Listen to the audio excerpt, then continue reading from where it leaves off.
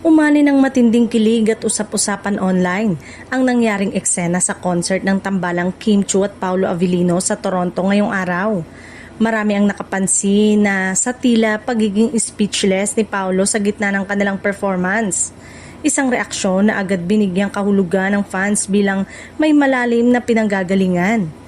Lalong uminit ang spekulasyon nang magbahagi si Kim ng emosyonal na linya sa entablado.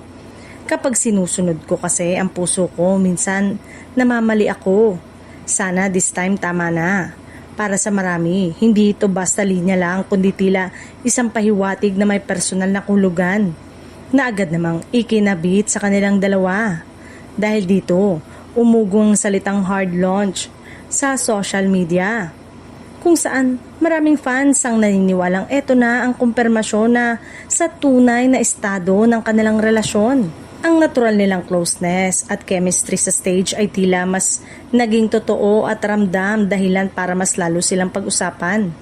Hindi rin nakatulong sa pagpigil ng intriga ang reaksyon ni Paolo na imbis magsalita ay tila mas piniling damhin na lang ang sandali. Para sa fans, ang kanyang pananahimik ay mas nagsalita pa kaysa sa anumang kumpirmasyon. Isang kilos na lalong nagpasidhi ng kilig. Sa kabila nito, nananatiling tikom ang bibig ng dalawa pagdating sa kanilang tunay na relasyon. Wala pa ring direktang pag-amin o paglilinaw mula sa kanila. Kaya naman patuloy ang haka-haka at interpretasyon ng netizen sa bawat galaw at salita nila. Sa ngayon, isang bagay ang sigurado. Patuloy na kinikilig at umaasa ang kanilang supporters na sana nga sa pagkakataong ito ay tama na.